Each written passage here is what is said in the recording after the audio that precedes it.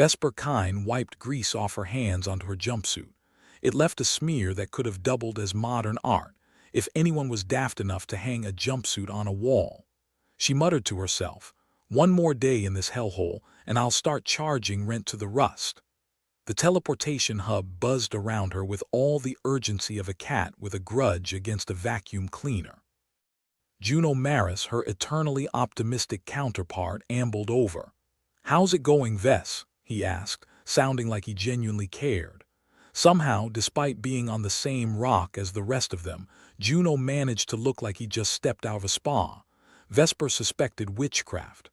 "Oh, peachy," Vesper replied, trying not to shiv the next circuit board. "The teleportation system's acting like a drunk uncle at a wedding. Keeps crashing and singing old war songs." Juno winced. "Sounds like sabotage. You think someone's messing with us?" "I dunno, Juno," Vesper said, scratching the back of her neck. "Could be sabotage, or it could just be the universe being its usual crappy self. Hard to tell these days." Juno chuckled, but his eyes scanned the bustling hub with the focus of a hawk. "Our Zithran buddies are supposed to arrive anytime now. Think you can keep this heap of bolts together till then?" "Got enough duct tape to hold the universe together," Vesper replied, brandishing a roll like it was a holy relic. "Or at least keep the Zithrans from realizing they've signed a peace treaty on a glorified tin can." The teleportation hub was a marvel of modern engineering, if your definition of marvel included barely functional and held together with hope and profanity. People milled about, a mix of humans and various other species, all pretending not to notice the frequent sparks and worrying groans emanating from the walls. "You ever wonder why they picked us for this job?" Juno asked, adjusting his diplomatic sash like it didn't itch him to death. "Cheap labor, cannon fodder, cosmic joke," Vesper shrugged. "Take your pick." Juno laughed, then quickly turned serious. "We can't screw this up, Vess. If we pull this off, it could end decades of war. And if we don't, we'll be the footnote in a history book no one's allowed to read." Vesper checked her toolkit, making sure she had enough gadgets to MacGyver her way out of trouble should the need arise, which, given their luck, was inevitable. Just then the lights flickered ominously as if to punctuate her thoughts.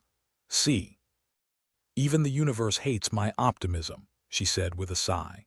They made their way through the hub, past merchants hawking questionable wares and travelers trying not to look lost. The place smelled like a spaceport cafeteria mixed with a hint of ozone. It wasn't pleasant, but it was home, at least for now.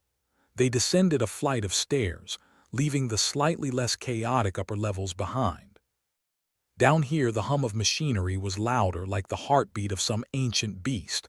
Vesper found it oddly comforting. "You ever think about what we'll do if this peace thing actually works?" Juno asked, breaking the silence. Vesper snorted. "Retire to a desert island surrounded by adoring fans and endless booze. Sounds like a plan." Juno grinned. "I've got a list of places that don't extradite." They stopped in front of a bulky console that looked like it had seen better centuries. Vesper yanked a panel open and started fiddling with the innards. "This baby is giving me all kinds of wrong signals." "Like your last date." "Exactly," Vesper said, not missing a beat. "Only this one's less likely to set my apartment on fire."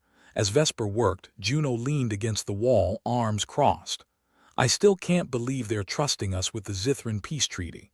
I mean, we're basically a couple of glorified mechanics." "Shows how desperate they are," Vesper replied, her hands deftly maneuvering through circuits. "Or how cheap." "Probably both." The lights flickered again, casting shadows that danced like specters. Juno frowned. "I don't like this," he muttered. "Feels like we're being watched." Vesper didn't look up. "Juno, if you start talking about ghosts, I'm gonna smack you so hard you'll haunt this place." "Not ghosts," Juno said, his tone serious. "Something else." Vesper paused, her fingers still deep in circuitry. She looked up, meeting Juno's gaze. "You think there's actually something down here?" "I don't think," Juno replied, his voice low. "I know." They both stood still, listening. But all they heard was the relentless hum of machinery and the distant murmur of the hub above. Let's get this done and get out of here, Vesper said finally, returning to her work. I've got a bad feeling about this. Juno nodded, the unease settling over them like a shroud. They worked in silence, their banter replaced by an unspoken urgency. As Vesper tweaked the final circuit, a loud clang echoed through the corridor. Both of them froze, eyes darting towards the source. Great, Vesper muttered. Just what we need. Company, Juno pulled out a small plasma pistol, more for comfort than anything else. Think it's the welcoming committee. They better bring snacks, Vesper replied, closing the panel and standing up. I'm starving. They moved cautiously down the corridor, every shadow a potential threat. The clang came again, louder this time, like someone or something was deliberately trying to attract their attention. I swear, Vesper said, keeping her voice low, if this is another goddamn prank by the maintenance crew, I'm gonna throttle someone. They turned a corner and stopped, staring at the sight before them. A panel had been removed from the wall, revealing a tangle of wires and circuits. In the midst of it all, a small drone buzzed, its lights flickering erratically. What the hell is that? Juno whispered. Vesper crouched down, examining the drone. A hacker's toy, maybe. Looks like someone was trying to splice into the hub systems. Sabotage. Could be, Vesper agreed, frowning. Or just someone trying to nab free Wi-Fi. Juno kept his pistol trained on the drone, which seemed oblivious to their presence. You think it's connected to the glitches upstairs? Wouldn't surprise me, Vesper replied, her mind racing.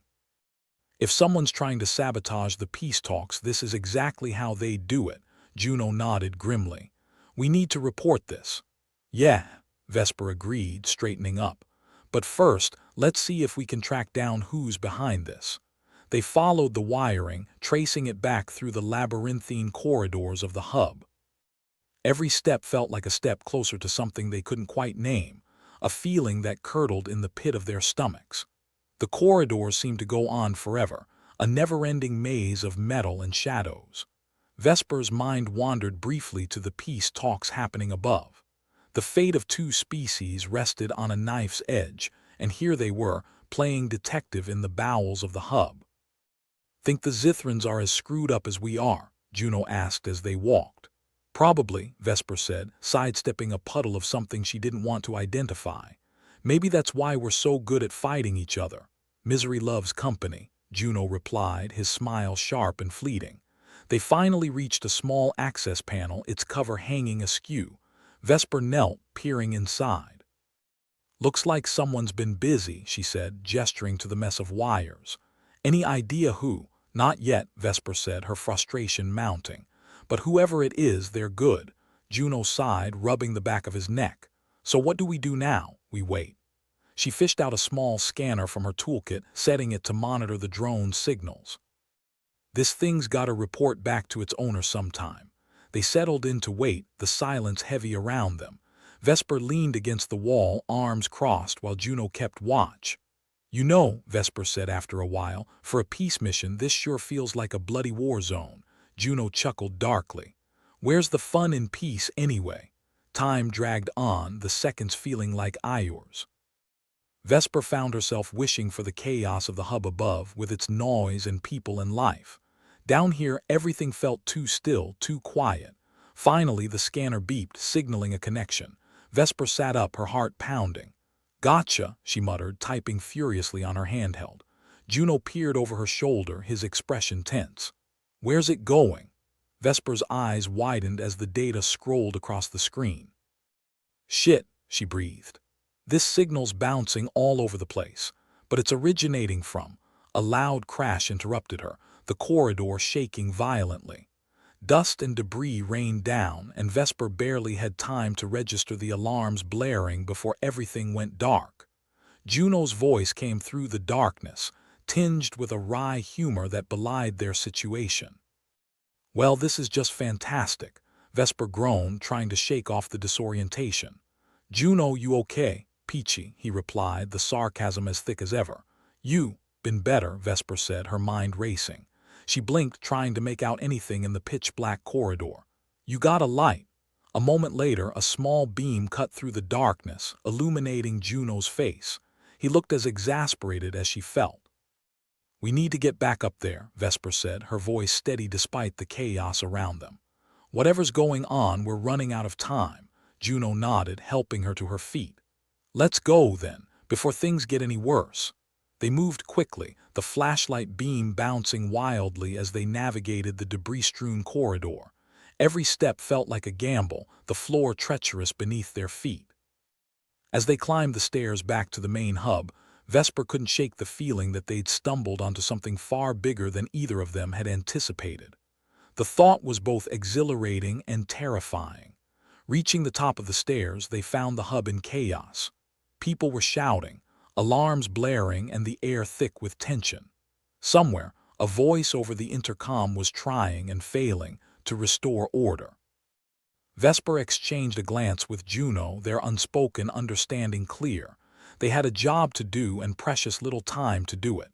"This day just keeps getting better, doesn't it?" Juno quipped, the humor in his voice a thin veneer over the urgency. "Oh, absolutely," Vesper replied, her grin as sharp as a knife. "Now let's save the universe. Or at least our sorry asses." The hub's chaos was a familiar symphony of panic. Alarms shrieked, lights flickered like they were auditioning for a horror flick, and people scrambled about with the grace of headless chickens. Amidst it all, Vesper and Juno cut through, heading towards the control center, the supposed brain of this mechanical beast. "Feel like we're in the middle of a sci-fi disaster movie," Juno quipped, managing to dodge a flailing merchant who seemed to be trying to save his precious inventory of questionable wares. Just missing a giant alien monster and a hero with a death wish, Vesper shot back, her eyes scanning for any sign of immediate doom. "But don't worry, I've got the hero part covered." "Hero," Juno snorted. "If by hero you mean the person who'll put the most sarcastic commentary on her tombstone, then yeah, you're a shoo-in." They reached the control center, a room that looked like a hybrid between a ship's bridge and a scrapyard. The consoles buzzed with static and the screens displayed more error messages than a student's laptop during finals. Vesper approached a terminal, tapping commands with a mixture of finesse and frustration. "All right, what do we got?" Juno asked, standing guard with his trusty pistol that was more psychological comfort than practical defense.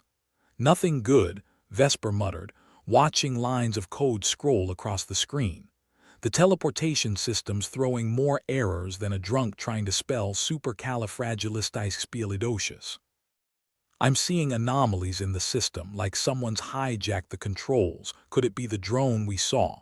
Juno suggested, leaning over her shoulder. "Possible, but it feels bigger than that," Vesper replied, her fingers dancing across the keyboard. "There's a pattern here, like someone's rerouting energy. But for what?" Juno glanced around, paranoia prickling at his senses. "You don't think?"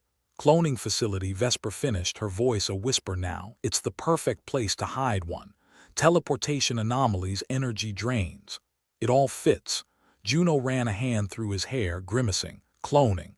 That's illegal and stupid. A rare combination, yeah, well, welcome to humanity," Vesper said, pushing away from the console. "Let's find this thing before it breeds a new race of unlicensed idiots." They moved through the hub, their path lit by flickering lights. Conversations buzzed around them, snippets of panic and confusion. "Did you hear? The Zithrans are losing their minds," a passerby muttered, clutching his comm device like a lifeline. "Yeah, they've been acting squirrely," another voice agreed. "Won't even stay in the same room without looking like they are about to bolt." Vesper and Juno exchanged a glance, the same thought crossing their minds. The Zithran delegates were hiding something, and it was high time they found out what. But before they could, the corridors twisted them deeper into the bowels of the hub, where the shadows grew long and the air heavy with unspoken secrets. Vesper stopped suddenly, her eyes narrowing at a door marked with a faded restricted access sign. "This looks promising," she said, more to herself than Juno. "Or it looks like we're about to walk into a trap," Juno pointed out, though he still positioned himself to cover her. But hey, who doesn't love a good surprise? The door opened with a reluctant groan, revealing a dimly lit space filled with consoles and containment pods, each one a silent testament to the facility's purpose. Vesper's breath caught in her throat as she stepped inside, the gravity of their discovery pressing down on her like a physical weight. "Well, hell," Juno said, his voice echoing in the cavernous room. "Looks like we hit the jackpot of bad ideas." Vesper approached one of the pods, her eyes narrowing at the figure suspended within. It was human, or at least mostly. The resemblance was uncanny yet off, like someone had taken a template and decided to play God with the details. "Cloning Zithrans?" Juno asked, his voice tinged with disbelief. "Or humans, both, maybe," Vesper said, her mind racing. "Combine the worst of both worlds." "Brilliant." A screen blinked to life beside her, showing a trail of data that confirmed her worst fears. The facility was churning out clones at a rate that suggested someone had ambitious plans. "We've got to shut this down," Vesper said, her determination cutting through the haze of disbelief. "And fast." Juno's expression hardened, his playful demeanor replaced by a grim resolve. "Right. And then we need to figure out if the Zithrans are in on this, or if they're just as screwed as we are." They moved quickly, disabling the pods and wiping the data. Each keystroke felt like a blow against whatever madness had led to this violation of life and ethics. But as they worked, Vesper couldn't shake the feeling that they were fighting shadows, that there were deeper layers yet to uncover. "Juno," she said, her voice low and urgent, "if this was meant to sabotage the peace talks, it's working. We need to get this information to someone who can help." He nodded, his expression grim. "I'll get a message to command. See if they can pull their bureaucratic heads out of their asses in time to do something useful." "Good luck with that," Vesper replied, her tone dry but her eyes filled with gratitude. "And while you're at it, see if they can send us a pizza." "I'm starving." Juno laughed, the sound a brief reprieve from the oppressive weight of their discovery. "Sure, I'll tell them to add it to their priority list, right after Prevent Intergalactic War." As they headed back towards the main hub, the unease settled over them like an old, unwelcome friend. The Zithrans were hiding something. That much was clear. And with the clock ticking down to the peace talks, Vesper knew they were running out of time to unravel this twisted web before it ensnared them all. Back in the chaos of the teleportation hub, the atmosphere had shifted. The tension was palpable, a living thing that threaded through the air like poisonous smoke. Delegates milled about, their faces painted with a mixture of fear and suspicion, each one looking like they'd happily throttle the others if it meant getting answers. Vesper and Juno pushed their way through the throng, their eyes set on the cluster of Zithran representatives who were huddled together like conspirators. The Zithrans were a curious sight, tall, slender beings with skin that shimmered like twilight and eyes that seemed to drink in light. "Hey, you lot," Vesper called out, her voice cutting through the din like a knife. "We need to talk." One of the Zithrans, a figure with an air of authority and an expression like she'd just bitten into a lemon, turned to face them. Her name was something unpronounceable, but Vesper had mentally dubbed her Lemon Face for simplicity's sake. "Yes, human?" Lemon Face asked, her voice carrying a musical lilt that was at odds with her scowl. "What is it you require? We found something," Juno said, stepping forward with a confidence that belied the danger of their situation. "Something you might want to know about." The Zithran's eyes narrowed, a flicker of something unreadable passing across her face. "Explain." Vesper exchanged a glance with Juno, their silent communication honed by years of working together. "A cloning facility," she said, her voice steady, "hidden in the bowels of this hub. Mixing human and Zithran DNA." A ripple of shock went through the Zithrans, their composure slipping just enough to reveal the depth of their surprise. Lemon Face's expression darkened, her eyes flicking between Vesper and Juno as if trying to gauge the truth of their words. "This is alarming," she admitted, her voice carefully neutral. "It explains much like why you've all been acting like someone's about to drop an asteroid on your heads," Juno suggested, his tone light but his gaze sharp. "It is more complicated than that," Lemon Face said, her eyes flicking to her fellow delegates. There are those among our people who would see these talks fail, forces that are beyond our control. Isn't it always the way? Vesper said with a sigh. Some people just want to watch the universe burn. Lemon Face inclined her head, a gesture that might have been agreement or simple acknowledgement. Indeed, we must act swiftly if we are to prevent this treachery. And how exactly do you plan to do that? Juno asked, folding his arms as he studied the Zithrans. We will need your assistance, Lemon Face said, her gaze steady and unflinching. Together we may yet avert disaster. Vesper and Juno exchanged another glance, the weight of their decision hanging between them like a blade. There was no telling how deep this conspiracy ran, but one thing was clear: they couldn't do it alone. Fine, Vesper said, nodding at Juno. We're in. But let's get one thing straight: if this goes sideways, I'm blaming you. Juno chuckled, the sound a welcome balm against the encroaching darkness. And I'll blame the universe. Seems only fair. With their uneasy alliance forged, they turned their attention to the task at hand. The peace talks loomed like a storm on the horizon, and Vesper could only hope that they could navigate the treacherous waters ahead without drowning in the chaos. As they set their plan into motion, Vesper felt the familiar thrill of danger coursing through her veins. Life might be a mess, but at least it wasn't boring. Not today, and not with the fate of two species hanging in the balance. In the end, they had no choice but to gamble everything on a single roll of the dice.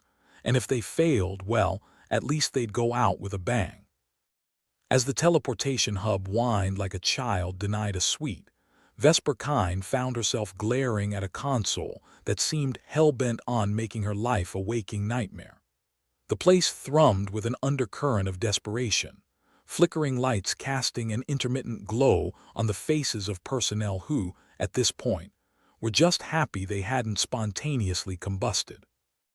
I swear, Vesper muttered, hammering a stubborn key with the ferocity of someone who'd been wronged by the alphabet. If this thing glitches again, I'm going to introduce it to a very large hammer. Juno Maris, her ever-optimistic counterpart, stood nearby, fiddling with a pistol that was about as comforting as a marshmallow gun in a firefight. Come on, Vess, he said, leaning against a console that looked like it might crumble if he so much as sneezed. Think of it as character building, yeah. My character's built enough, Vesper replied, her voice dripping with sarcasm. Pretty soon I'm going to be overqualified for sainthood. The teleportation hub, with its usual charm of a perpetually malfunctioning contraption, was acting up again. And this time, it decided that trapping key personnel within its chaotic embrace was the best way to throw a tantrum. Honestly, it was like dealing with a moody teenager who'd just discovered existential dread. Vesper glanced around, taking in the sea of panicked faces that looked ready to bolt at the slightest provocation. So who's ready for a fun-filled night of engineering miracles? She called out, her voice carrying over the din. Do we get overtime? Someone piped up from the back, and Vesper had to resist the urge to laugh. Overtime. They'd be lucky if they made it out without needing therapy. Juno sidled up to her, his expression a mix of bemusement and mild horror. What's the plan, Chief? First, we stop this bloody thing from teleporting us all into a black hole, Vesper said, scanning the terminal for the source of the malfunction. Then we figure out who's got a death wish for humanity. Sounds straightforward, Juno said with a grin.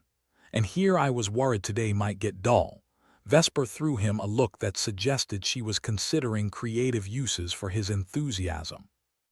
If it gets any more exciting, I'm filing for hazard pay. The hub wasn't just glitching, it was throwing a full-scale tech tantrum. Panels buzzed angrily, screens flashed error messages in languages that hadn't been spoken since the dawn of time, and the occasional puff of smoke added a charming touch of Industrial Revolution ambience. Right, Vesper muttered, tapping a few keys with the finesse of someone trying to defuse a bomb with a toothpick. Someone's rerouted energy to the teleportation system, and it's not for our benefit. Of course not, Juno said. Because that would be too easy. Easy's for people who don't know how to have fun, Vesper replied, her fingers dancing over the keys as she attempted to wrestle control back from whoever had decided today was a good day for sabotage. After a tense minute that felt like an eternity, the terminal grudgingly complied, stabilizing the teleportation system enough that it stopped threatening to send them all on an unexpected vacation to the void. There, Vesper said, exhaling a breath she didn't realize she'd been holding. That should keep us from imploding into spaghetti for now. Great, love spaghetti, Juno said brightly. Especially when it's not made of my molecules. Vesper shot him a crooked smile, shaking her head. Come on, let's see if we can figure out who's playing puppet master with our infrastructure. The hub was a labyrinth of corridors and rooms, each one cluttered with the kind of junk that suggested whoever designed this place had a deep-seated loathing for minimalism. As they navigated the chaos, Vesper couldn't help but notice the distinct feeling of being watched. Not that she was paranoid or anything, but when your life was one big target, you learned to listen to your gut. So, any idea who might be behind door number 1? Juno asked, glancing at a sealed door with a sign that read Authorized Personnel only in a font that screamed I dare you. Whoever they are, they've got a sense of humor, Vesper said, eyeing the door like it might sprout teeth and take a bite out of them. Let's just hope it's not the kind that involves explosive devices. Nothing says welcome like a good old-fashioned booby trap, Juno agreed, his hand hovering near his pistol as Vesper worked her magic on the lock. The door clicked open, revealing a dimly lit room filled with consoles that blinked like they'd just been told a scandalous secret. Vesper approached the nearest terminal, her eyes scanning the data that flickered across the screen. Well, this is interesting, she murmured, tapping into the hub's security logs.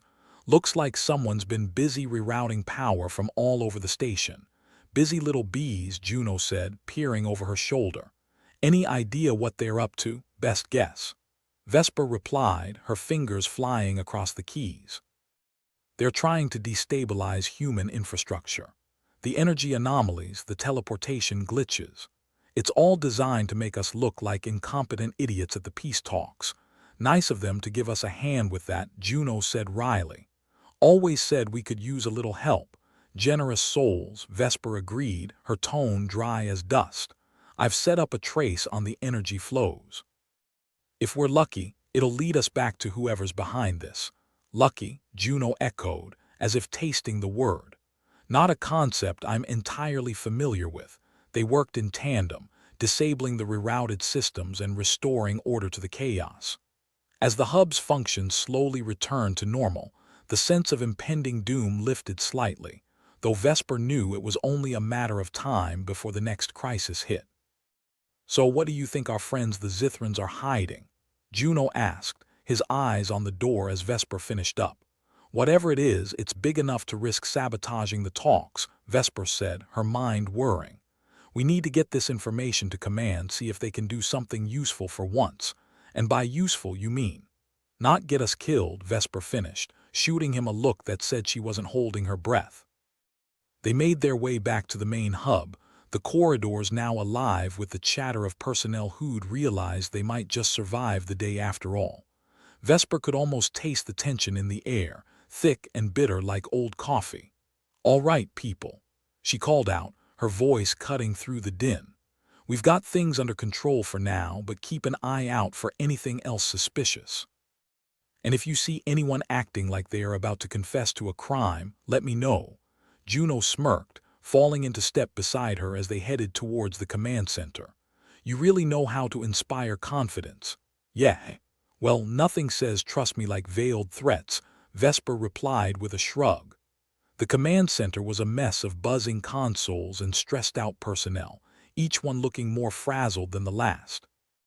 As Vesper and Juno approached, the hub's director, a harried woman with a permanent scowl, turned to face them. Please tell me you've got good news, she said, her voice strained. We've stabilized the teleportation system, Vesper said, getting straight to the point. But someone's trying to sabotage us, and I don't think they're planning to stop anytime soon. The director's scowl deepened. Sabotage? Rerouted energy, deliberate glitches, the works, Juno explained. We've traced it back to someone with access to the hub's infrastructure, but we need more time to figure out who. The director pinched the bridge of her nose, looking like she was seconds away from declaring this someone else's problem. Do whatever you have to do. Just fix this mess before the peace talks start. Don't worry, Vesper said, her voice laced with sarcasm. We'll just pull a miracle out of our hats. Their next stop was a small office tucked away in a far corner of the hub.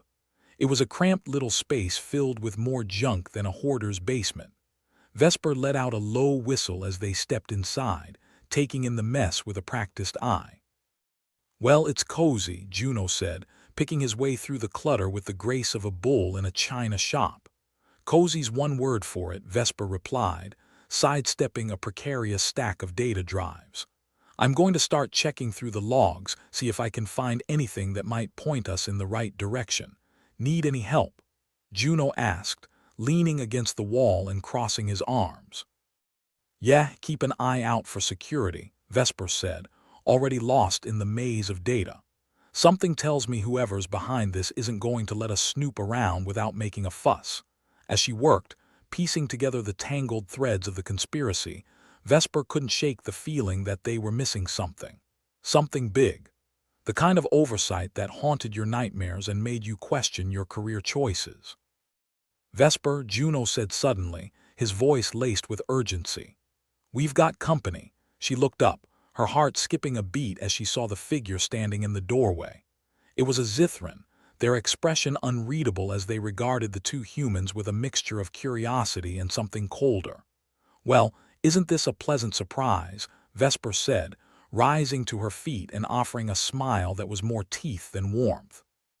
The Zithran inclined their head, their voice smooth as silk. I apologize for the intrusion. I believe we may be able to assist one another. Juno exchanged a glance with Vesper, his hand inching towards his weapon. And how exactly are you planning to do that?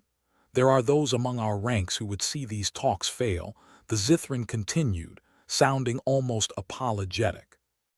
If we work together, we may be able to prevent that outcome. Or we could end up with a bullet in our heads, Vesper pointed out, her smile never wavering. The Zithran chuckled, a sound like the whisper of wind through leaves. An unfortunate possibility, but one I believe we can avoid. Vesper weighed her options, the sense of unease coiling in her gut like a viper. There were no guarantees, no promises of safety. But the alternative was doing nothing and watching the universe implode around them. All right, she said finally, nodding to Juno, we'll help. But know this, if you screw us over, I'm holding you personally responsible. The Zithran inclined their head again, their expression one of mild amusement. A fair agreement. With their uneasy alliance forged, Vesper and Juno turned their attention back to the task at hand. The stakes were higher than ever, and failure wasn't an option. Not if they wanted to see another day where their biggest worry was a glitchy terminal and not the fate of two species. As they set their plan into motion, Vesper felt the familiar thrill of danger coursing through her veins. Life might be a mess, but it was their mess, and they'd be damned if anyone else was going to clean it up for them. The Zithran, who introduced themselves as Cathar, loomed in the doorway like a bad decision waiting to happen. They were the kind of alien you'd expect to see in a noir hologram, probably offering some poor sap a deal too good to be true. Only this time, the poor saps were Vesper and Juno, and the deal involved saving humanity from an interstellar faux pas. Well, Cathar, Vesper drawled, her fingers never stopping their dance over the terminal's keys, I'm all ears. Figuratively speaking, of course. We humans tend to listen with our guts, not our satellite dishes. Cathar's chuckle was more of a low rumble, like a starship revving up. We have intel that certain factions within our government intend to use the peace talks as a smokescreen for something less diplomatic. So the old we come in peace, shoot to kill routine, Juno quipped, his sarcasm sharp enough to cut through the tension like a laser scalpel. Precisely. There are elements among us who believe that a preemptive strike while your forces are disorganized would be advantageous. Vesper shot Juno a look. Advantageous. That's one word for it. I'd go with catastrophic myself. Cathar inclined their head, an exoskeletal shrug. We've intercepted communications suggesting the peace treaty is merely a cover for a coordinated attack on your infrastructure. The energy anomalies were test runs, probing your defenses. Well, that explains the teleportation system having a midlife crisis, Juno muttered, glancing at the screens that were still blinking angrily. It was like the technology equivalent of asking if anyone had tried turning it off and on again. Vesper leaned back, her chair creaking under the weight of the situation. So, what's the plan? You got a magic bullet, or are we just winging it with duct tape and prayers? Cathar's mandibles clicked thoughtfully. I suggest we disrupt their preparations by feeding them false data. Lead them into thinking their efforts have been discovered and are being countered. And how do we know this isn't part of the Zithran's master plan to get us to do their dirty work? Vesper asked, crossing her arms and giving Cathar a look that could fry an egg on the hull of a starship. You don't, Cathar admitted, their tone honest enough to almost be disarming. But consider this, if they succeed, every Zithran that values peace will be as much a target as your people. Great, just what we need. Higher stakes, Juno said, rubbing his temples. Why can't these interstellar crises ever involve, I dunno, a bake sale gone wrong? Vesper stood, stretching her back. All right, let's say we buy into this plan of yours. We need to act fast. The peace conference is what, 2 days out? Cathar nodded. Correct. We must act swiftly to alter the data streams and throw them off course. Piece of cake, Vesper said with a smirk, though her eyes betrayed a wariness that suggested the cake might be made of plutonium. Let's get to it. As they moved back into the main corridor, the hub seemed to vibrate with a sense of urgency, the personnel buzzing around like bees in a hive that had just been kicked over by a particularly clumsy bear. Think we can trust Cathar? Juno asked under his breath, already on high alert for any sign that things were about to go sideways. Vesper shrugged. I trust them about as far as I can throw a neutron star. But right now, we don't exactly have a queue of allies lining up to lend a hand. Their destination was a small, nondescript room packed with enough tech to make a conspiracy theorist weep with joy. Vesper immediately set to work at the central console, her fingers flying across the interface like she was playing a concerto in binary. Juno, meanwhile, took up his usual post by the door, every sense tuned to the possibility of trouble. You didn't survive long in this business without a healthy dose of paranoia, and maybe a touch of masochism. So, what exactly are we feeding them? He asked, more to fill the air with something other than the sound of impending doom than any need for clarification. False positives, mostly, Vesper replied, not looking up. We make it seem like our systems are scrambling to respond to a threat we've supposedly detected. Should give them pause, maybe even make them panic and reveal themselves. Classic misdirection, Juno said, nodding. Like when I pretend to be interested in my aunt's knitted sock collection. It's all about the art of illusion, Vesper agreed, a grin tugging at her lips. Cathar watched them work, silent but clearly impressed by the human tendency to joke in the face of existential threats. For a species often dismissed as low-tech, humans had a knack for making the impossible seem routine. Your species is peculiar, Cathar observed, their tone neither complimentary nor derogatory.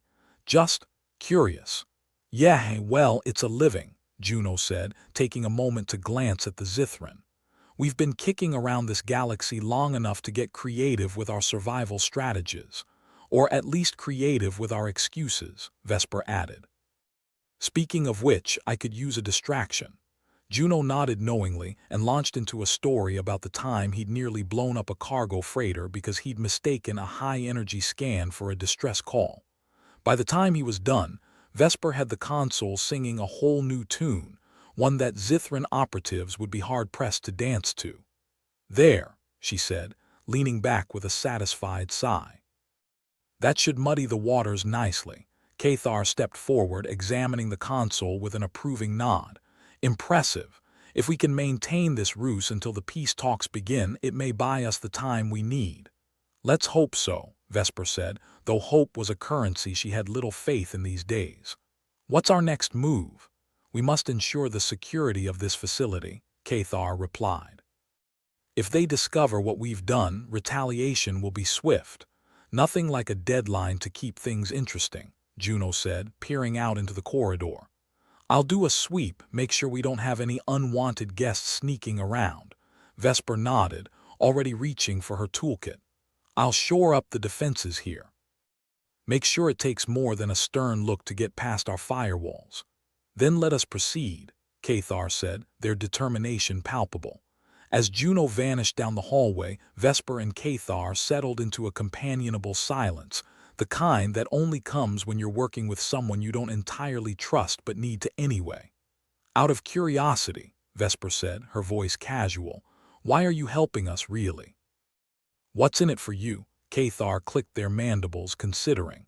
I have seen enough war to last several lifetimes. If there is a chance to prevent more, I must seize it. Besides, I find your species fascinating, Vesper snorted.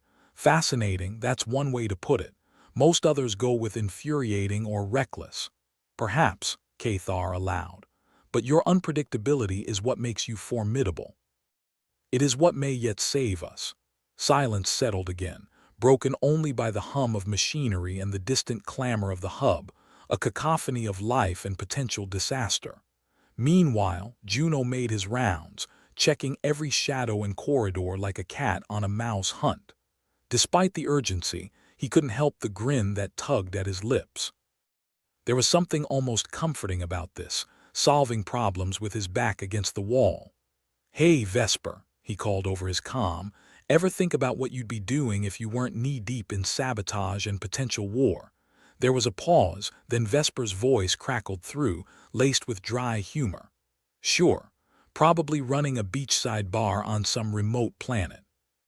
A little something for the tourists. Figures, Juno replied, chuckling. You'd be the one serving drinks with a side of existential dread. Damn right. Gotta keep him coming back for more, Vesper said. Well, if this all goes belly up, there's always bartending, Juno offered, his tone light but his eyes serious as he checked the last corridor. If we make it out of this, I might just take you up on that, Vesper replied, sounding almost wistful. Then let's make sure we do, Juno said, ending the exchange with a renewed sense of purpose. When he returned to the command center, Vesper and Cathar had fortified the systems with a series of new security protocols that would make even the most determined hacker break a sweat. All clear, Juno announced, rejoining them with an easy confidence that belied the stakes. For now, anyway, Vesper nodded, her eyes meeting his with a shared understanding. Then all we can do is wait and see what the Zithrans do next. We've laid our cards on the table.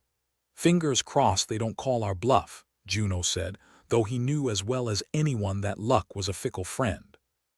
Cathar watched them both, a flicker of something almost akin to respect crossing their alien features. Together, we may yet avert disaster.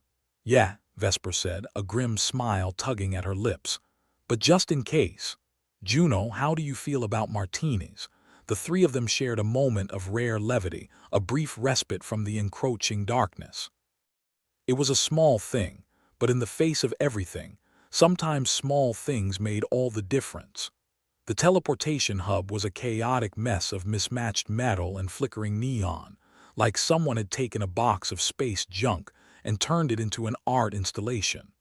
Alarms blared incessantly, accompanied by the rhythmic clank of malfunctioning machinery.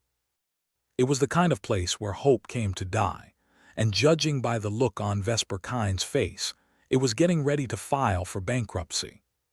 Vesper stood at the terminal, fingers dancing over the keys with the kind of speed that suggested she was either solving the universe's most complex puzzle or ordering a very elaborate pizza.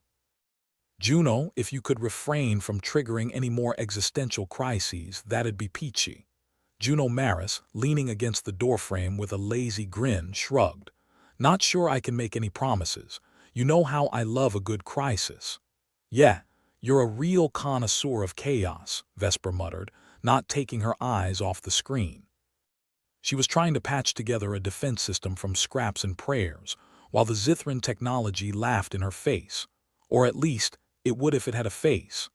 Cathar hovered nearby, their alien presence a reminder that if things went south, at least it wouldn't be boring.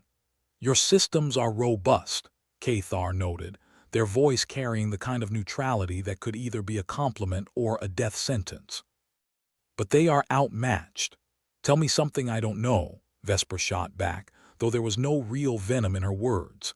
She appreciated the honesty, even if it was about as comforting as a wet blanket. The Zithrans had tech that made their best efforts look like a toddler's crayon drawing. The hub shuddered under some unseen assault, and Vesper cursed under her breath. "How many more of these hits can we take before we're completely toasted?" Juno checked a nearby console, trying to look like he knew what he was doing. "I'd say we're about 3 hits away from becoming space dust, so you know the usual." "Fantastic," Vesper sighed. "Just once, I'd like to be outmatched by something less apocalyptic." Like a bad lunch special, Cathar's mandibles clicked in what might have been amusement. "Your humor is admirable even in grim circumstances." "It's a survival mechanism," Juno quipped. "Keeps us from going completely insane, though it's a near thing." "Speaking of near things," Vesper said, her voice tight with concentration as she hammered at the terminal, "the Zithrans are closing in. Their data streams are getting harder to intercept." Juno rubbed his temples, as if trying to massage the impending doom out of his brain. "And here I was hoping for a quiet day involving only minor catastrophes." The alarm suddenly shifted pitch, a high-pitched whine that set everyone's nerves on edge. Vesper's heart sank. The system was on the brink, teetering like a drunk on a wobbly table. "Great, just great," she muttered. "How's that peace conference looking, Cathar?" Cathar's eyes glimmered with a light that suggested they knew more than they were letting on. "If we cannot maintain this ruse, it will be a massacre." Vesper's fingers paused just for a moment over the terminal. "No pressure, then." "Pressure's part of the fun," Juno said, his grin returning as he stepped away from the console. "Without it, we'd just be sitting around twiddling our thumbs." "Or dead," Vesper pointed out, not looking up. "Don't forget dead." "Right, that too," Juno conceded with a nod. "Though, given the alternatives, thumb-twiddling sounds pretty appealing." Vesper's eyes flicked over to Juno, her expression unreadable. "You ever wonder if we're the bad guys in someone else's story?" "All the time," Juno said, shrugging like it was the most natural thing in the world. "But until the universe gives us a script, I'm sticking with my lines." The hub shook again, this time more violently, as if the universe was trying to give them a shove towards the nearest escape pod. Vesper grimaced. "Time to earn our paychecks." "If we had paychecks," Juno added, his tone light despite the circumstances. "Pretty sure we're doing this one pro bono." "Yeah, well, I'm expecting a hell of a tip," Vesper replied, her fingers a blur over the controls. "Assuming we live long enough to collect." Cathar watched them, their alien gaze inscrutable. "Your ability to persist in such dire circumstances is remarkable." "That's one word for it," Vesper said dryly. "Others might call it stupidity." "Or optimism," Juno offered, though his grin suggested he was joking. "Mostly. Depending on how charitable you're feeling." Vesper didn't have time to respond before a new alert flashed across her screen, bathing the room in an ominous red glow. "Oh, that's not good." Juno stepped closer, reading over her shoulder. "What now?" "The Zithrans are deploying drones," Vesper said, her voice tight. "Looks like they want to take direct control of the hub."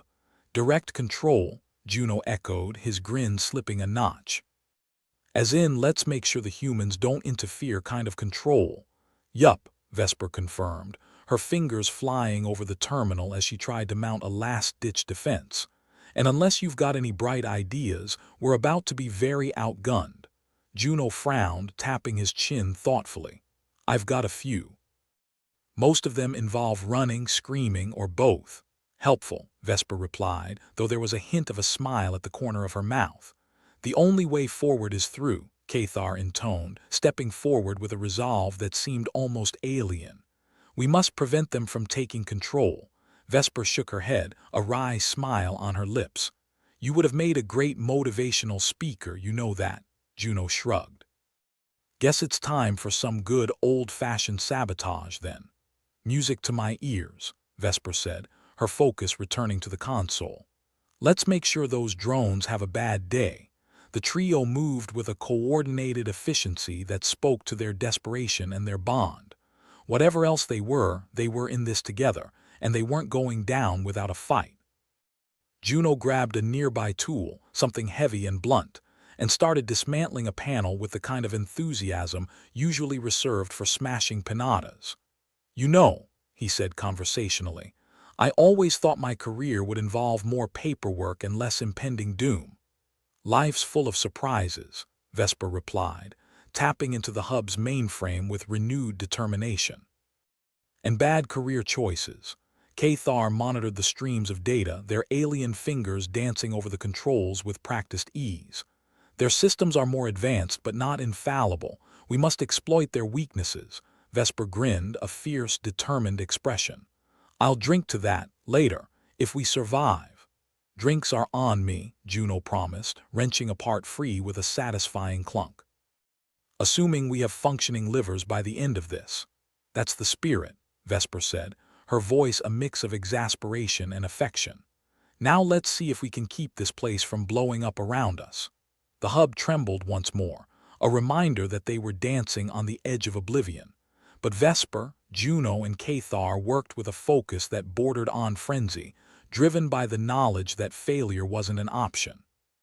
Do you ever think about what you'd do if you weren't, doing this? Juno asked, his voice tinged with curiosity. Vesper snorted. We've already been over this, Juno. Beachside bar, remember? Right, Juno said, nodding, with a side of existential dread. Can't forget that. Wouldn't want to, Vesper agreed, her focus narrowing as she attempted a risky maneuver that involved rerouting power from one system to another. Adds flavor. Like a bad cocktail, Juno added, grinning, or a good one. Hard to tell the difference sometimes. The terminal beeped, a sound that could have been triumph or despair depending on how you listened to it. Vesper chose to hear victory. There. That should slow them down. Cathar nodded, their expression inscrutable but approving. It may be enough. Enough is all we need, Vesper said, her voice firm. For now, at least. Another shudder ran through the hub, a reminder that they were still hanging by a thread. But they were used to that, had learned to thrive on it. It was the human way. Next step, Juno asked, wiping sweat from his brow with the back of his hand. Next step, Vesper said, her eyes scanning the screens, is to hold this position and hope our Zithran friends take the bait. And if they don't, Juno asked, though he already knew the answer. Vesper gave him a look, one that spoke volumes. Then we improvise, like we always do. Cathar made a sound that could have been a chuckle, though it was hard to tell with Zithrans. I have faith in your abilities. Good to know, Juno said, his grin returning. Because sometimes that's all we've got. Together, they turned their focus back to the task at hand, each movement precise and deliberate. It was a dance they knew well, one they had rehearsed 1,000 times in the theater of the absurd that was their life. As the hub continued its struggle to stay functional, Vesper couldn't help but wonder how they'd gotten here. What had led them to this moment, standing together against impossible odds, with nothing but their wits and a bit of luck to see them through. But in the end, it didn't matter. They were here and they were fighting. For each other, for their world, for the chance to see another sunrise. Ready? Juno asked, his eyes meeting hers. Vesper nodded, a fierce determination in her gaze. Ready. Cathar joined them, their presence a comforting reminder that they weren't alone in this fight. Then let us begin. With a shared nod of agreement, they turned to face the oncoming storm, ready to meet whatever challenges lay ahead. Together, they would make their stand, and whatever the outcome, they would face it with courage and a touch of dark humor. Because in the end, that was all any of them could do.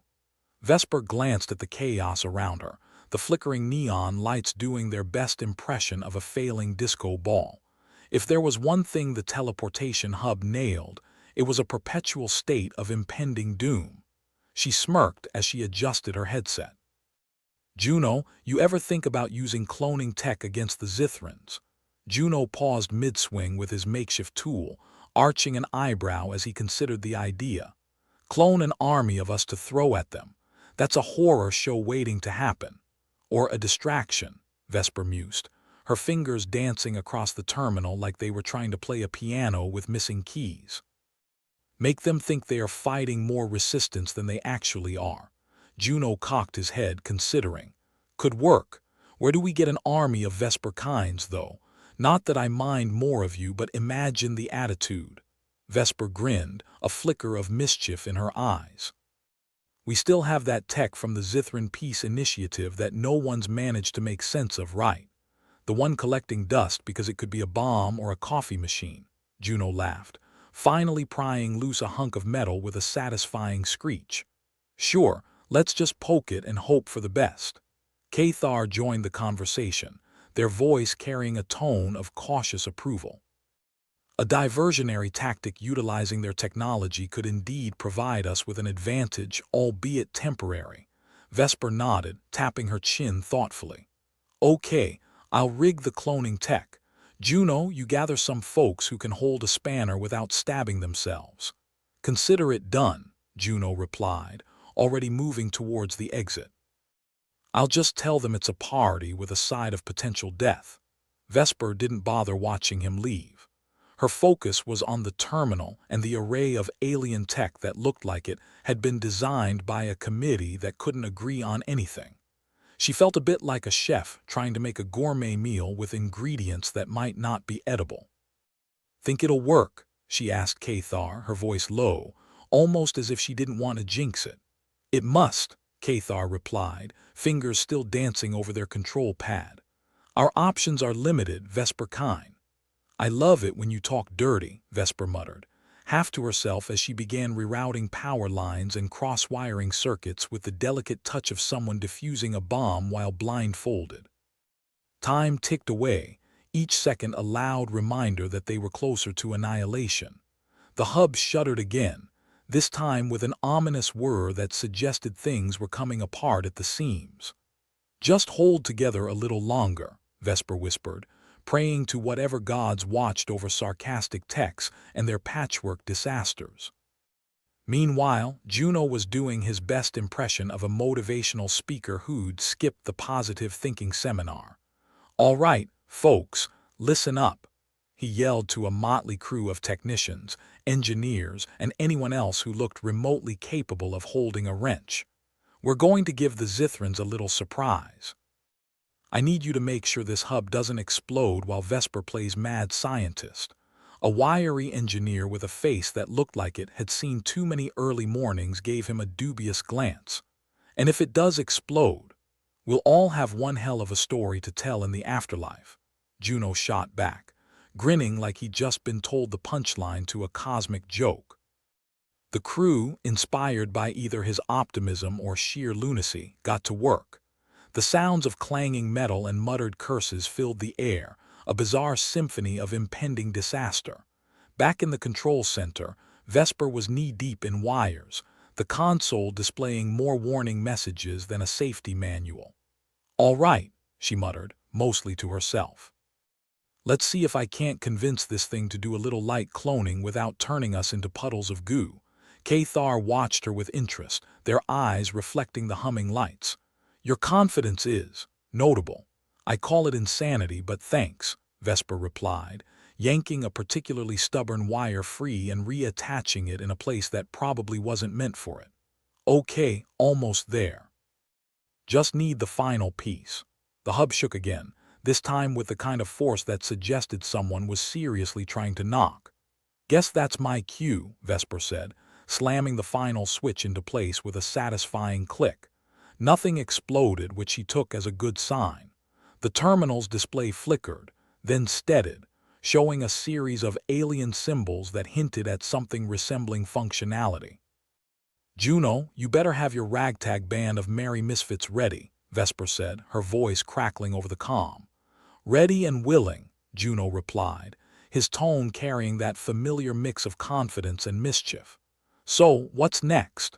We use this tech to create a diversion, Vesper explained, her fingers flying over the keys as she initiated the sequence. Make them think we're everywhere at once.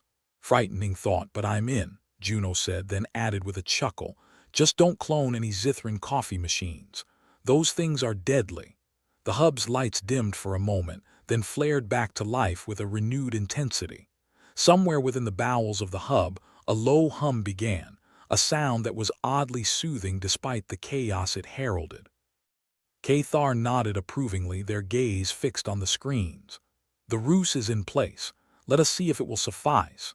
As they waited, the tension in the air was palpable, like the moment before a storm hits when everything is eerily still. Vesper's heart pounded in her chest, her mind racing with possibilities as she scanned the data streams for any sign of success. Clones are online, she announced, her voice barely a whisper. Let's see how they like a taste of their own tech. The first sign that it was working came when the Zithran drones hesitated, their sleek forms hovering uncertainly as they processed the new data.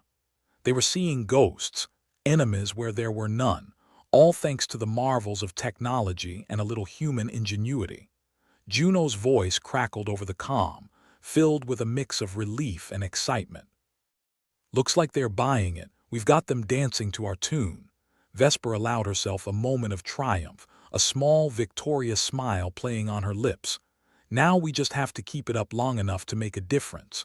Cathar's gaze remained fixed on the unfolding chaos, their expression unreadable. The deception will not hold forever. Doesn't need to, Vesper replied, her eyes scanning the screens. Just long enough for us to get the upper hand. And if it doesn't, Juno asked, though his voice carried a note of optimism. Then we improvise, Vesper said, with the kind of determination that could only come from someone used to playing the long odds. The hub shuddered again, but this time it felt different, like a beast that had finally found its stride. Vesper's fingers danced over the keys, making adjustments, tweaking the system to keep the illusion alive.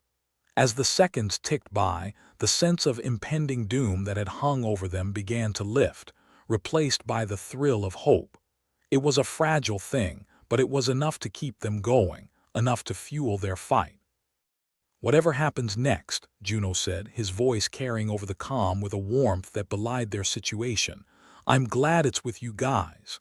Sentimentality in the face of death, Vesper teased, though there was a softness in her tone. Who are you and what have you done with Juno? Turns out I'm a sucker for a good last stand, Juno replied, his laughter a bright sound amidst the chaos. Cathar observed them both, their alien presence a soothing constant. Your camaraderie is admirable.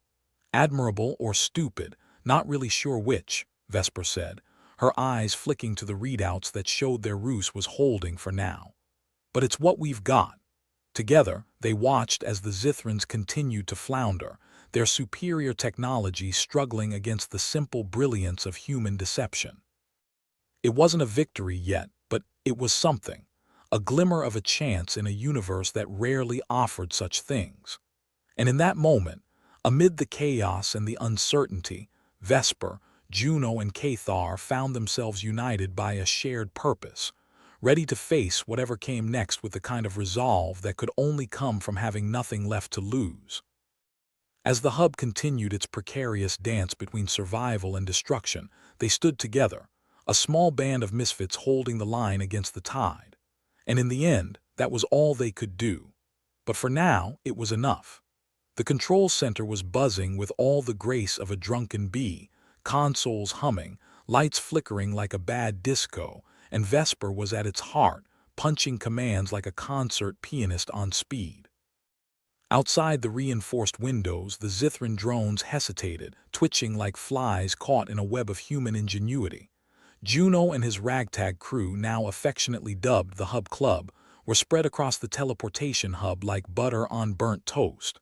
We've got two settings, Juno announced to nobody in particular. Survive and barely survive. Pick your poison. Is there an option 3? You know, like a quick and painless death, asked a voice from the depths of the hub's labyrinthine corridors. Juno grinned, the kind of grin that comes before a reckless leap into the unknown. Sorry, pal, we're fresh out of painless. Amid the chaos, Vesper leaned into her terminal, whispering sweet nothings to the alien tech. "Come on, you beautiful piece of Zith crap," she murmured, fingers dancing over keys. "Show me what you've got." The screen lit up with symbols that might as well have been hieroglyphics, but something was happening. The Zithran drones were responding like cats to a laser pointer, chasing after phantom readings projected by the cloned signals. Cathar, observing from a safe distance, remarked, "Your methods are unconventional." "Unconventional's just another word for I have no idea what I'm doing, but it seems to be working," Vesper shot back, wiping sweat from her brow with a quick swipe of her sleeve. As the clones danced their digital dance, the hub's beleaguered defenses found some breathing room. The Zithrans, those smug bastards with their high-tech toys, were biting onto a hastily tied knot of deception.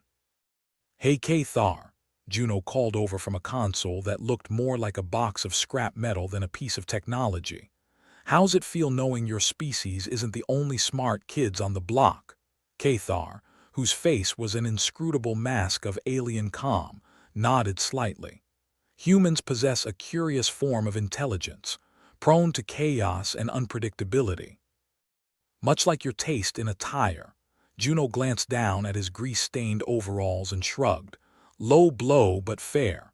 The hub shuddered again, a gentle reminder that they were still teetering on the edge of oblivion. Vesper's mind raced through contingencies. They needed more time, more distractions, more everything. "Juno," Vesper barked, urgency sharpening her voice. "How's the motley crew holding up?" "Like a dream, if your dreams involved a lot of cursing and things catching fire," Juno replied, giving a thumbs-up that spoke more to his optimism than the state of affairs. "Good. Keep them on their toes," she said, eyes glued to the terminal as she initiated another sequence of commands. "We need to keep this charade going as long as we can. Buy us enough time to figure out what the hell this peace treaty's really about." Juno nodded, turning to the group. "All right, you heard the lady. Let's keep this place from turning into a crater. Remember, they're not just attacking a hub. They're attacking our ability to have a good cup of coffee tomorrow." A chuckle rippled through the makeshift crew, a small but vital bit of levity in the storm of insanity. Meanwhile, Vesper was elbow-deep in the guts of the system, her mind a chaotic swirl of wires and data streams. Her hands moved with a confidence that belied the uncertainty of the situation, her brain a finely tuned machine of improvisation. "Clones holding?" she asked, not really expecting an answer but hoping for one anyway. "Like they're auditioning for a reality show," Juno replied, still working his own console magic.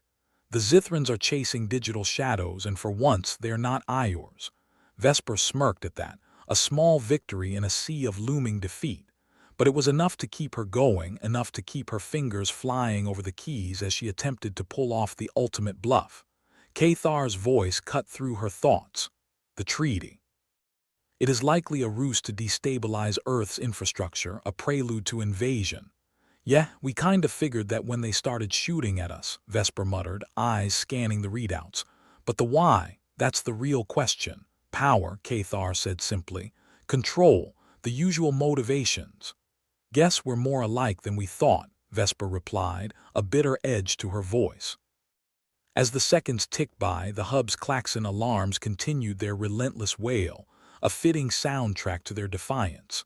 Vesper knew they were living on borrowed time, but with each passing moment they were closer to uncovering the truth.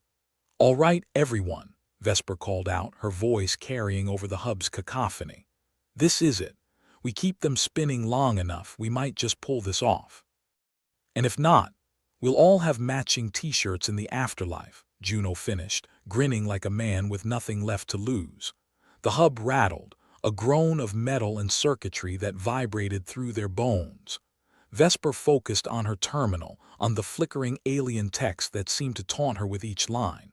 Yet, despite the chaos, there was a thrill in the air. The thrill of the impossible, the kind of high-wire act that only desperate times could inspire. And Vesper, Juno, and Cathar were all in, chips on the table, ready to see who would blink first. "Anything from the Zithran comms," Vesper asked, her words a brisk staccato. Cathar adjusted the frequency on their console, eyes narrowing. Scattered, confused. They are struggling to calibrate to the false signals. Good, Vesper said, a grim satisfaction filling her. Then let's keep them in the dark a little longer. Juno's voice crackled over the comms, a lifeline of Gallo's humor and camaraderie. Hey, Cathar, when this is all over, remind me to buy you a drink. Cathar tilted their head, a slight hint of curiosity. Your beverages often contain toxic substances. Yet I find the offer agreeable. That's the spirit, Juno laughed, his voice a beacon of irreverence amidst the uncertainty. The hub's lights flickered again, casting shadows that danced like ghosts across the walls. Vesper took a deep breath, steeling herself for whatever came next. We're not out of the woods yet, she reminded them, her voice a steady anchor in the storm. But we're getting there. Right behind you, boss, Juno replied, his tone a mix of jest and genuine resolve. As the Zithran drones continued their erratic maneuvers, the reality of the situation crystallized around them. The peace treaty, the technology, the attack, it was all part of a larger plan, a game of chess played with lives and worlds at stake. But for now, they had the board. And they weren't about to give it up. Let's show them what we're made of, Vesper said, a fiery determination blazing in her eyes. Beside her, Cathar nodded, a silent agreement in their alien gaze, and together, with Juno and the Hub Club holding the line, they prepared for the final act of their desperate gambit. The hub shook with the force of 1,000 possibilities, each one as uncertain as the next. But in that chaos there was hope, the kind of hope that only came from staring into the abyss and daring it to blink first. And so they waited, hearts pounding, as the battle for survival unfolded around them. Whatever happens, Juno said, his voice a steady presence in Vesper's ear, this'll make one hell of a story. Vesper smiled, a weary but genuine smile. Yeah, she agreed. It sure will. With that, they steeled themselves for the next move, a band of misfits standing firm against the storm, ready to face whatever came their way. And in that moment, against all odds, they found strength in each other, a shared defiance that would not be silenced. Because in the end, it wasn't just about survival. It was about proving that even in a universe that thrived on chaos and cruelty, humanity still had a few tricks up its sleeve. And that was enough. For now, it was enough. The hub had survived by some miracle, or maybe just dumb luck. Either way, it was still standing, and for the Hub Club that counted as a win. Vesper stood in the center of the control room, surrounded by the aftermath of their chaotic, improbable victory. The flickering lights had settled into a dull, steady glow, more like an old flashlight than anything you'd trust to guide a space station. Juno wandered in, hands shoved deep into his pockets, expression as annoyingly carefree as ever. Well, would you look at that, he said, surveying the barely functional mess they were calling a hub. We didn't blow up, I think that's a first. Vesper sighed, leaning against a console that still emitted the occasional spark. Yeah, but give it time, we're not out of the woods yet. Juno waved a hand dismissively. Woods, sh-moos, we made it, Vesper. We defied the odds, spat in Death's face, and came out the other side with all our limbs attached. Cathar joined them, their alien gait making the trek across the room a smooth glide rather than the tired slog the humans performed. The Zithran delegation is requesting parley. They wish to discuss terms of a real peace treaty. Juno snorted. Oh, now they want to talk. Now that we've shown them what a ragtag group of misfits can do with some improvised tech and too much caffeine. Maybe they're just hoping you'll stop dressing like that, Vesper said, nodding at Juno's overalls, now more grime than fabric. Yeah, well, Juno replied, let's see if they have enough sense not to mention the smell of victory. He grinned, but the expression was softer, more genuine than his usual reckless smirk. Vesper rubbed her temples. Fine, so what's the plan? We stroll in, shake hands, and hope they don't stab us in the back the second we turn around. Cathar considered this, tilting their head slightly. The Zithrans are aware that trust is a fragile construct. They are willing to rebuild it, albeit cautiously. Is that alien for don't trust the bastards as far as you can throw them? Juno asked. Close enough, Cathar replied with the slightest hint of a smile. In the alien's eyes, it could almost be mistaken for a smirk. Vesper straightened, her mind finally starting to clear from the adrenaline haze. Okay, let's get this over with. If they want to talk, we'll talk, but I'm not holding my breath. Juno glanced around the room at the rest of their ragtag bunch, who were slowly emerging from their hiding places, looking like survivors of a party that had gone on too long. All right, folks, time to put on your diplomatic hats. Or at least your least offensive headgear. A chorus of groans and half-hearted agreements followed, but they were moving. For once, they were moving towards something that didn't involve imminent death. It was almost a novelty. The meeting with the Zithran delegation took place in the hub's largest room, where the flickering lights had finally decided to give them a break. The Zithrans, in all their alien, vaguely unsettling glory, filled one side of the room. Their leader, a being with skin that seemed to ripple like water, stepped forward. We seek to re-establish relations with Earth, the leader said, their voice a melodic hum that reverberated through the room. Our previous actions were misguided. Is that what they're calling attempted planetary demolition these days? Juno muttered under his breath. Vesper shot him a look, the kind that said shut up or else. She stepped forward, trying her best to look professional despite feeling like she was about to take a very important test without having studied. We appreciate the gesture, she began, careful to keep her tone diplomatic, but actions speak louder than words. Agreed, the Zithran leader replied, inclining their head slightly.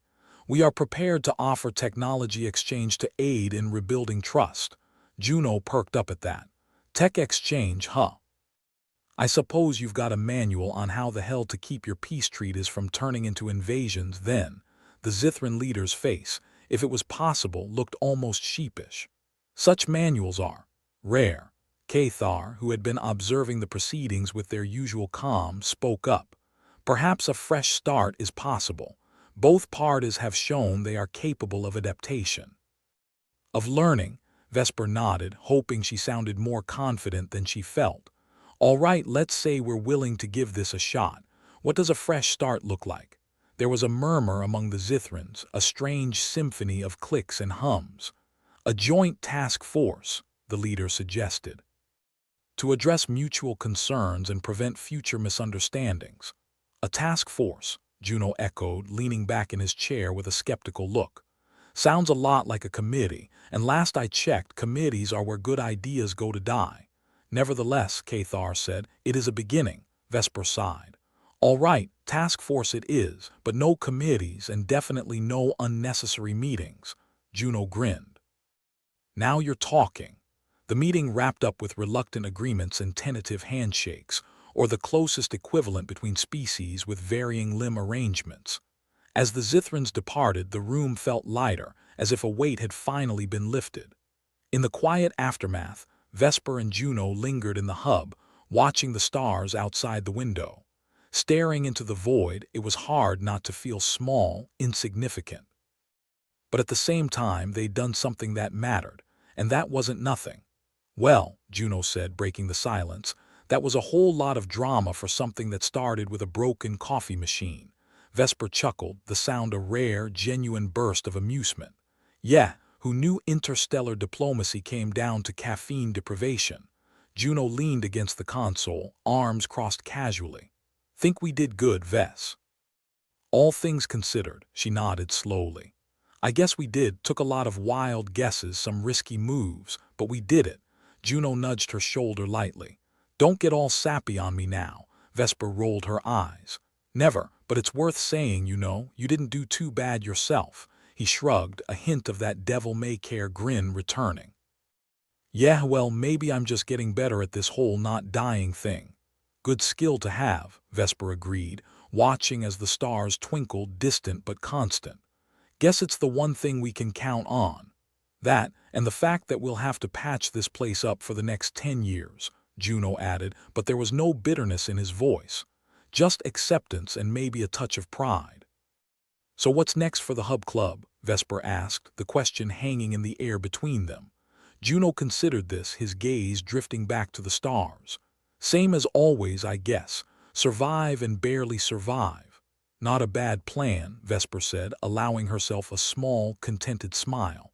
Despite everything, they'd made it, and for now that was enough. The hub might have been in tatters, the world outside still filled with uncertainty, but there was one thing they could count on. They had each other, and in this universe that was no small thing.